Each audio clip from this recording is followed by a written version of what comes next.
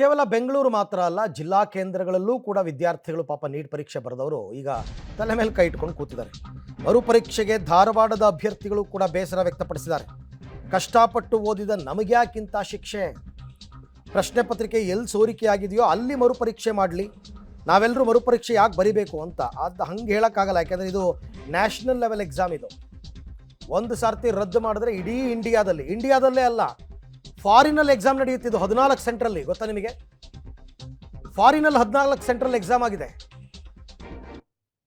So ಹಾಗಾಗಿ ಅವರು ಬೇಸರ ವ್ಯಕ್ತಪಡಿಸಿದ್ದಾರೆ.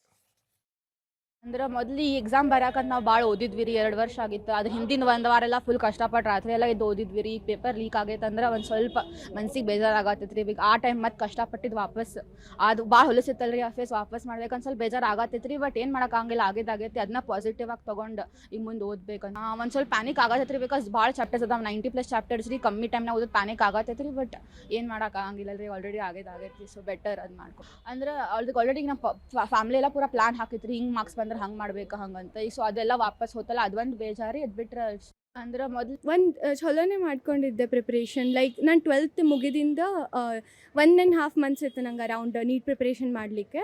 ಅದು ಆಬ್ವಿಯಸ್ಲಿ ಅದು ನೀಟಿಂದ ಮತ್ತು ಬೋರ್ಡ್ಸಿಂದ ನಡಕ್ಕೆ ಅದು ಸ್ವಲ್ಪ ಬೋರ್ಡ್ಸ್ ಇದಾಗಿತ್ತು. ಸೊ ನೀಟಿಗೆ ಕಮ್ಮಿ ಟೈಮ್ ಉಳ್ದಿತ್ತು ನೀಟಿಗೆ. ಸೊ ಅದ್ರಾಗ ಎಲ್ಲ ಪೂರಾ ರಿವಿಷನ್ ಎಲ್ಲ ಮಾಡಿ PYQ ಸಾಲ್ವ್ ಮಾಡಿ ಎಲ್ಲ ಪ್ರಿಪರೇಷನ್ ಚಲೋನೇ ಇತ್ತು ನಂದು. ಪ್ಯೂರ್ ಹಾರ್ಡ್ ವರ್ಕ್ ಮಾಡಿ ಬಂದಿರ್ತಾರೆ ಅವ್ರಿಗೆ ಚಲೋನೇ. Like it's